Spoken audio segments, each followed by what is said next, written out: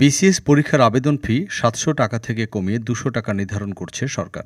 সেই সঙ্গে সব সরকারি চাকরির আবেদন ফি ২০০ টাকা করার সিদ্ধান্ত হয়েছে। এ বিষয়ে আগামী এক সপ্তাহের মধ্যে প্রজ্ঞাপন জারি হতে যাচ্ছে। ৪ ডিসেম্বর সচিবালয়ে অনুষ্ঠিত সচিব কমিটির সভা শেষে জনপ্রশাসন মন্ত্রণালয়ের সচিব মোখলেসুর রহমান এ তথ্য জানিয়েছেন। সিনিয়র সচিব জানান, সরকারি, আধা সরকারি ব্যাংক ও বীমা প্রতিষ্ঠানে চাকরির আবেদনে সর্বোচ্চ ২০০ টাকা পর্যন্ত নিতে পারবে। সরকারের অথবা সরকার, আধা সরকার অথবা এক্সটেনশন অফ দ্য গভর্নমেন্ট বলতে যাই বোঝায়, ২০০ টাকার উপরে কোনো আবেদন ফি নেওয়া হবে না। এই আদেশ এটা ফাইন্যান্স থেকে জারি হবে, আর ওইটা হলো পিএসসি থেকে জারি হবে। কিন্তু আমরা জনপ্রশাসনের মাধ্যমে আজকে সচিব কমিটিতে এটা চূড়ান্ত সিদ্ধান্ত হয়েছে।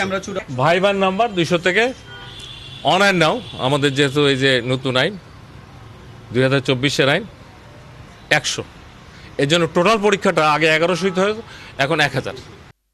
বিসিএস ভাইভা ২০০ নম্বরের জায়গায় ১০০ নম্বরে অনুষ্ঠিত হবে। একই সাথে সরকারি প্রতিষ্ঠানগুলোকেও একই ফি নেবার অনুরোধ করেন তিনি।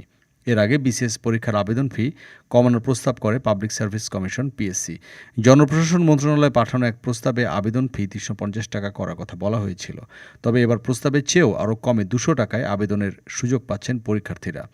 মন্ত্রণালয় অনুমোদন দিলে ৪৭তম বিসিএস থেকে পরীক্ষা ফি এবং ৪৪তম বিসিএস থেকে ভাইবার বিষয়টি কার্যকর হতে পারে।